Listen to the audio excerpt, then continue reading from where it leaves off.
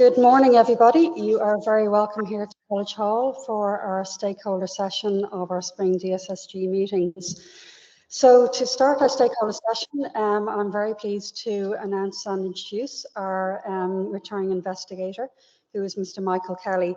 And as many of you know, Michael is a colorectal surgeon working in St. James's Hospital with a special interest in advanced pelvic malignancy. So brief bio, it could go on for a long time, but we'll keep it brief. Michael graduated from TCD in 2010. He obtained his Master of Surgery in 2015 from the RCSI, completed his specialist training in colorectal surgery in 2021 and obtained his PhD from UCD in 2022. He then undertook an advanced fellowship in the Peter MacCallum Centre in Melbourne. And we were just saying earlier, it's very difficult to come back from that beautiful climate. So we're very grateful that he came back. And since then, he has been working as a consultant colorectal surgeon in St. James's Hospital. He has a very extensive research portfolio with over 200 publications. And just to name some of the areas that he is involved with.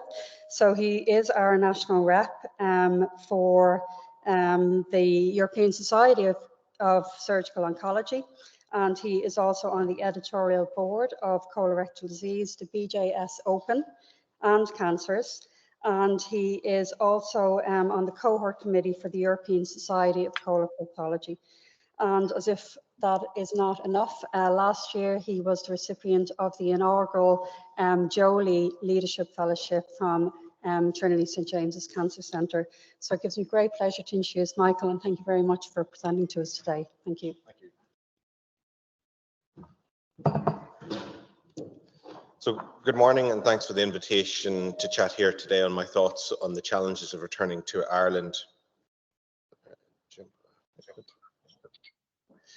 So for those of you that don't know, I'm originally from South Armagh. I'm always delighted to represent the Nordies, some of whom already have given this talk in previous years and whom it is therefore difficult to follow up on.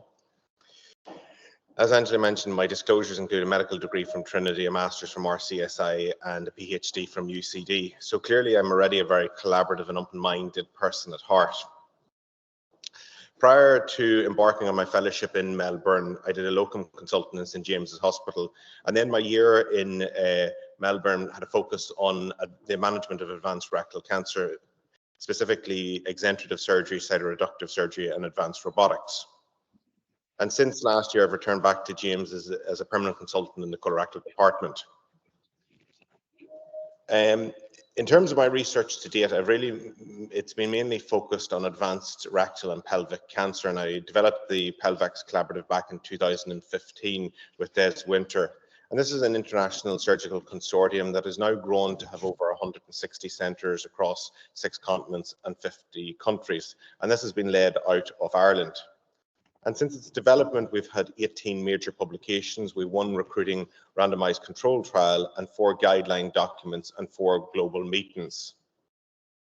But in terms of my journey to here and in training and my involvement with Pelvex, there's a few things I'd like to reflect upon and a few thoughts that I'd like to share.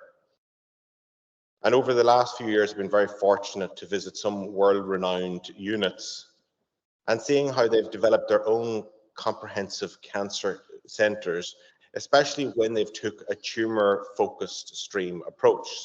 So instead of the old fiefdoms of medical oncology, radiation oncology, surgery, gastro, they've combined to form a tumour stream. And this facilitates a more collaborative approach in terms of research, in terms of funding, and in terms of audit. It also results in better standardization across reporting all of our procedures and our outcomes with more protocolized thinking, especially when relating to clinical trials and research. And ultimately, it enables the pushing of the boundaries of clinical care. And I don't just mean surgical care. It ensures that right across all aspects of research and development, that we can focus in on areas like prehabilitation, education, survivorship, and quality of life. And ultimately have the aim that all patients should be offered a clinical trial, of which should become a vital KPI. So having seen all of this abroad, I thought, great, I'm going to get back home to Ireland and do this. But then you're hit with the challenges of developing a busy clinical practice, running an evolving research program, and it's difficult. And being that one man or one woman band is near impossible, and hence the need and the fun for collaboration.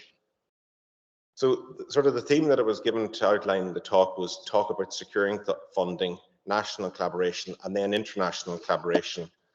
But to be honest, I did this very differently. So in terms of international collaboration, for those who have heard me go on and on before, I often like to quote this Isaac Newton line, because he knew that he saw further by standing on the shoulders of giants. And he knew the importance of collaboration. And the many accruals of those 1% gains across research and clinical care can have a profound impact to patient outcomes, i.e. marginal gain theory.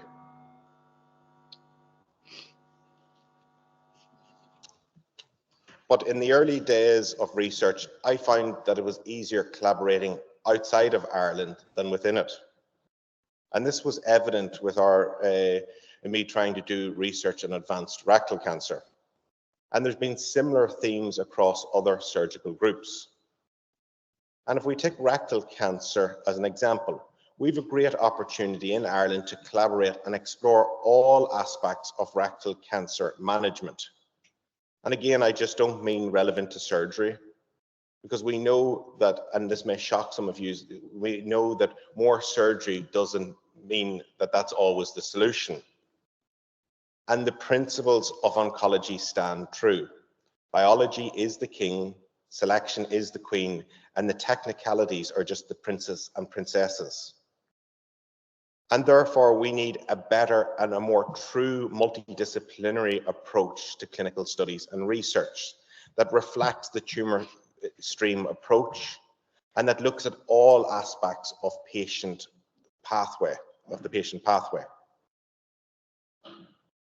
So in terms of securing funding, since returning home, I'm grateful that from Trinity, I did get the Jolie Leadership Fund, which has provided me seed funding to set up my research program and base.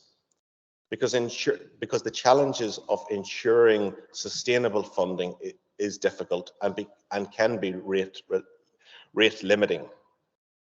And trying to balance all the grant proposals and applications can be a nightmare. And taking the time to ensure that you have the right clinical question that is relevant and pragmatic is vital. And increasingly, we're getting better at getting patient participation in the conceptual phase to ensure that the research happens and is relevant. But also having the right research partner. And I found having friends as colleagues takes the ego out of the room, but developing trust is a process. It takes time. Inclusivity is vital, and collaborative agreements and blueprints are great for dealing with this from the outset. Because as Ben Franklin said, failing to prepare is preparing to fail. And I've bought more this shirt many times and too often. And then in terms of national collaboration and regional collaboration, already organisations like CTI and the Irish Surgical Research Collaborative are breaking down these barriers. And we only have to look at our neighbours in the Netherlands or the Nordics to see their success. And the hope is that we have a multi-directional flow of research right across the island, the whole island of Ireland. And this tweet from the Trinity St James's Cancer Group just yesterday, I think it was, shows that, put it very eloquently, cancer doesn't know borders, so neither should we. So I just want to highlight one recent collaborative initiative that we started since returning from Melbourne, was the development of advanced pelvic oncology MDT. And this discusses advanced rectal and pelvic cancer cases between TCD and CUH. And these are mainly exenterative surgical cases. And recently Galway have joined in. And this highlights the opportunity to foster collaboration and share experiences with the hope to improve patient care and their options. We have also developed a link with St Mark's, which is the largest exempt unit in the United Kingdom, and it allows us to benchmark ourselves against them to discuss potential cases. And this is strengthened by the link that Ali Kaur here on the bottom left worked there. It was one of our radiologists and worked there for 7 years. So I think all of these initiatives highlight the power of collaboration and the opportunity that we have in Ireland. And later this year with Grania, we hope to launch a T3N0 rectal neoadjuvant trial after securing that funding, that is the challenge, and run through CTI. So if I could do it all again, and I definitely would, there are a few things I would change. I would be quicker to get the patient voice at the outset, to ensure that it's relevant and that the research that we do matters to them. I would always think big, forget about the single center stuff, collaborate, there's power in numbers. Clinical practice is not perfect, and therefore research is not perfect either. So be practical and pragmatic. And finally, mentorship is vital. You need to surround yourself with supporters. I'm hugely privileged that I'm returned to Ireland. I work in a unit with the infrastructure, the personnel, and the appetite, and I appreciate the support of all my colleagues that they've given me. Thank you.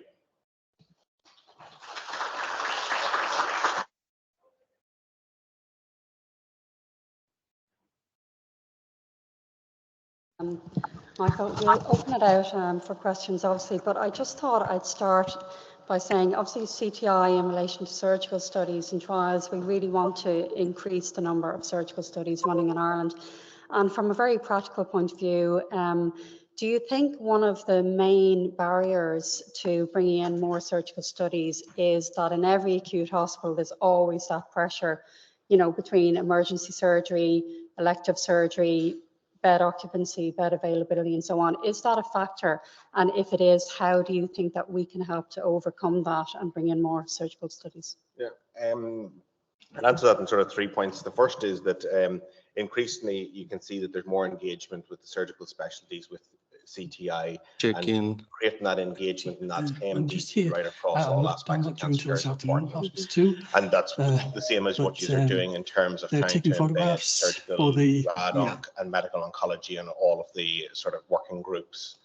And that should reflect right through, like, even the NCCP sort of program, that there should be the full MDT representation. In terms of, like, we're just through another seasonal flu and acute admission crisis.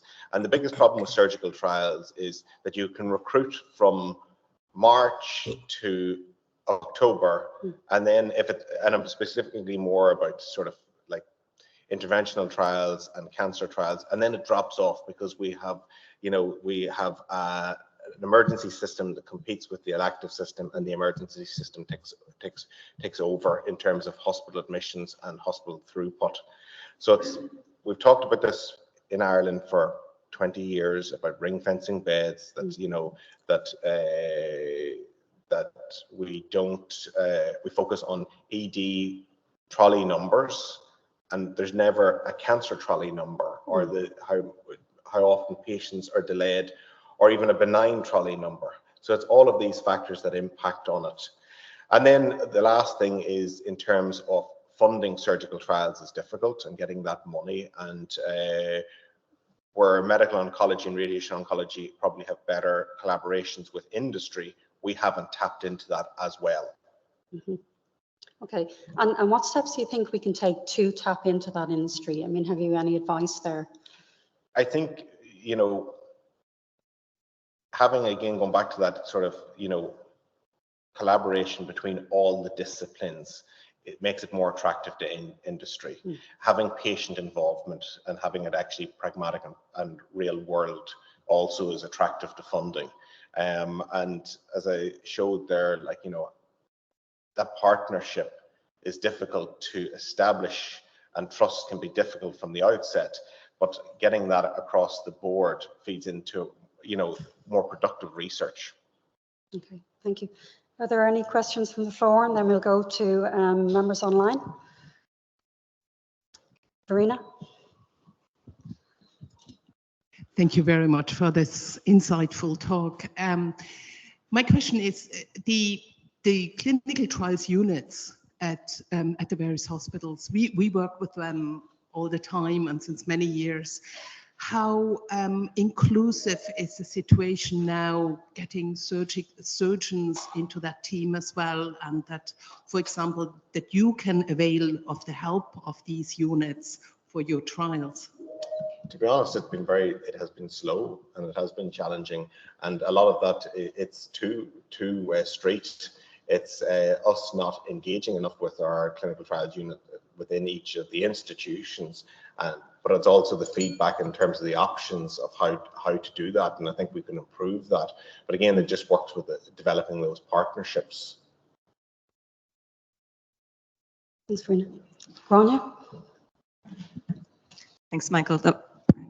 That was a great talk, and I have to say it's so inspirational for us here to have surgical oncologists present. I don't think there's enough of it, and you kind of alluded to that in terms of your tumor stream approach. So, I mean, I love that idea of us all being a team as part of the tumor site that we're treating. But how do you envisage that we could develop that a little bit more in Ireland? For example, I wouldn't know all the surgical, my surgical colleagues throughout the country who treat rectal cancer, for example. I'm sure you don't know all the medical oncologists who treat rectal cancer. I think this is a good forum probably, but I'd love your thoughts on what we can do, thinking about what we can move forward, how we can move forward to today to try and kind of bring everybody together. Well, I think you've hit the nail on the head in terms of like organizations like this, you know, in doing that. But I think on a more practical point, each individual department, like we have, like for rectal cancer, we have eight rectal units.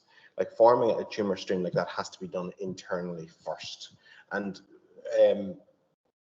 why I feel that, like seeing it work in Melbourne, it brings everyone right in line in terms of what the end goal is for each patient. And instead of reporting on surgical outcomes, now we're reporting at the end of the patient's pathway what has been their oncological morbidity, what has been their radiation morbidity, what has been their surgical morbidity, because a lot of these trials just report, you know, from like any of the big rectal cancer trials, they report the surgical morbidity, they don't report the whole pathway for the patient. So developing the tumor stream approach enables, you know, for you to follow the whole patient pathway, and then you get the integration of all the stuff that's missed, the survivorship, the prehabilitation, the education, the counselling, the cognitive you know, impact.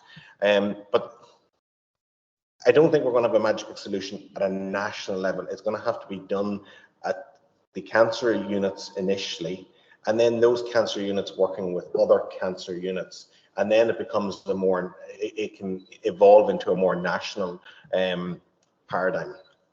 Can I just follow up one question? In Melbourne, from a tumor stream approach, so the MDTs are obviously critical, as you say, and the units sit within the hospital, but were there national meetings where everybody came together? Because what really upsets me in Ireland is that we have multiple kind of small organizations like the Irish Society of Coloproctology, I'm going to get that right, and then we have ISMO, but we all meet.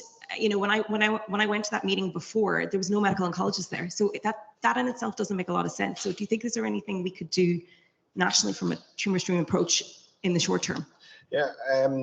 So to answer your thing about Australia, they didn't have a perfect forum for it, but what they found was that their big cancer units met as tumor streams in a national meeting as was that a yearly meeting? Yeah, a yearly meeting that was a division of gastrointestinal meeting that brought all the big groups together, and that was very well representative with, you know, surgeons, medical oncology, radiation oncology, physiotherapy, nutritionists, you know, all aspects of it. But that only evolved over time, and that didn't get funding, you know, like central funding from Australia. That was something that was like grassroots up.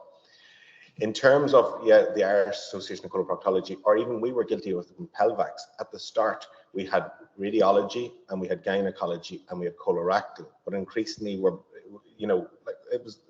increasingly trying to reach out to get more medical oncologists, more radiation oncologists, because the spectrum of diseases is so large and so nuanced that you need all those voices in the room to reflect into guidance documents.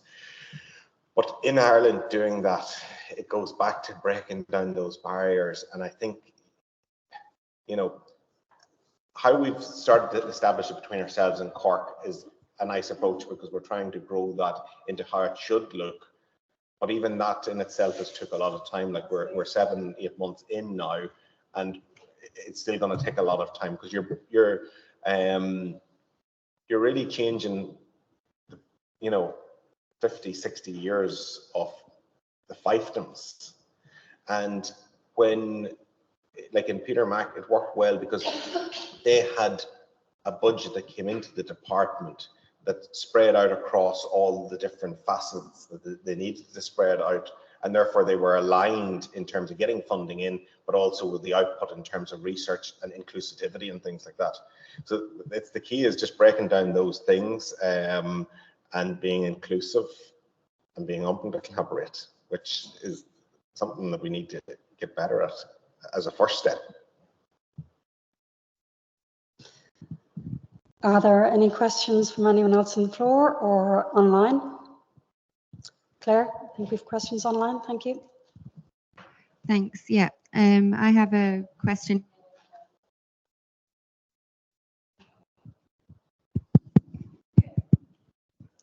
Sorry, I have a question online from Rob O'Connor.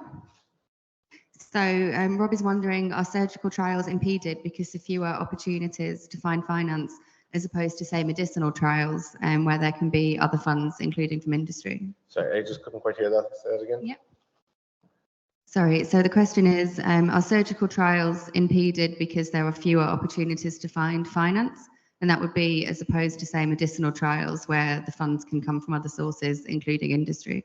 Yeah, and I think we've touched on that earlier, you know, that surgical trials definitely, I don't think there's the opportunities for funding as good.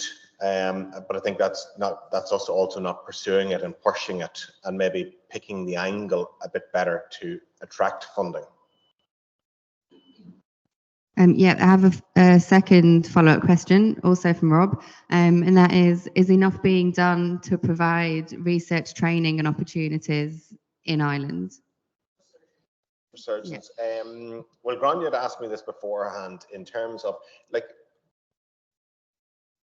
the path to where you start and the path where you end up. You have to do that yourself, like, and you have to surround yourself with the people that are going to support you, and a lot of it you just have to take on and work your road.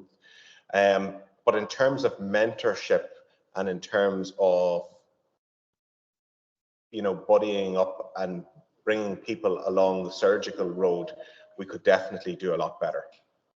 I think that has been very poorly, and other disciplines have definitely shown how successful that is in breeding the next generation of investigators and the next generation of research pullers. And not a question, but I just have a couple of comments here from Anne-Marie Byrne. So just to say that there is work being done at RCSI, National Surgical Research Support Centre, trying to get surgical networks built, but protected time is a barrier there. And also there's some trials are non-regulated, which obviously has complications around multiple ethics committees. And she's also commenting that medical device trials are a good opportunity to get those trials off the ground as well. Yeah, I think on the first point, like I showed the Irish Surgical Research Collaborative, just like CTI, are trying to break down those barriers and do, empower the units around the country to run clinical trials. In terms of national ethics, I don't need to talk to you about that, like how that's the elephant in the room in terms of that. Like if we want to open a trial in surgical trial in James's, then you have to go to the other centres to get ethics over that. And that's probably one of the biggest barriers to research, whether it be RCTs or clinical research in Ireland. And that is really low-hanging fruit, how we don't deal with that issue. That's it for online at the moment, unless anyone else would like to put anything in the chat box. Can I just, I don't know if this is on, can I just make a Can I just make a follow-up comment to those comments from Rob? And I don't know the name of the other person, but if that person is developing something in RCSI in terms of trials for surgeons, please don't do this without other disciplinary input. So it should be RCSI, RCPI, the radiation oncology colleges all coming together to do something together, or having medical oncology be part of it, because this is the problem. We're doing things in silos and we're not working together, and that's what we really want to avoid. And just to Rob's point on surgical trials, like my own personal successes have been through collaborating with surgeons, and it's what I love about my job. It's what I love about the MDT. It's working with surgeons, radiation oncologists. And I think the world is moving towards, certainly in GI, neoadjuvant, and the opportunities to use novel agents in the neoadjuvant setting. So there's going to be huge opportunity, Michael, as you know, to kind of have surgeons and medical oncologists apply for, combined grants for trials. It's not just a medical oncologist anymore. It has to be a kind of combined approach. And that's what we have to do in terms of medical oncology, in terms of breaking down barriers as well. I suppose just on the comment in relation to ethics approval, we do know that the national NREC, they are making some strides towards streamlining the process, and we are working closely with them to try to tighten that up even further, and we have seen some advances there. Just a final question, just to finish out, if you don't mind. One of the things that we're very aware of when we're looking at collaboration and trying to encourage collaboration is it could be perceived somewhat as a barrier in relation to how accruals are recorded and how metrics are reported, particularly as we're living in the real world of the HRB grant model. And, we've had recent discussions in terms of how we can, improve how, say, radiotherapy metrics are reported so that they get full acknowledgement for all of the work they're doing, even though it's combined trial and IMP/RT trial. So I'm just wondering, from a surgical study point of view and the tumour streams that you may have worked in, how was that managed elsewhere so that people are rightly recognised and acknowledged, and that we don't actually develop further competition when we're trying to improve collaboration? It's an excellent point, and I actually don't know the answer to it. I don't know in Melbourne how they, attributed sort of a case load indicator of how much one was contributing into it. In terms of when you're publishing, though, I have found the best success is when you publish as just a collaborative group, and instead of X, Y, and Z on behalf of something, just publishing as a collaborative group, and then having authorship, as a published collaborative, but having everyone included in the authorship, and if necessary, having a writing, subset within that, but publishing as a collaborative has always been the best way of getting buy-in. Thank you very much, Michael. Thank you. Okay. Might leave it there. Thank Thank you. you.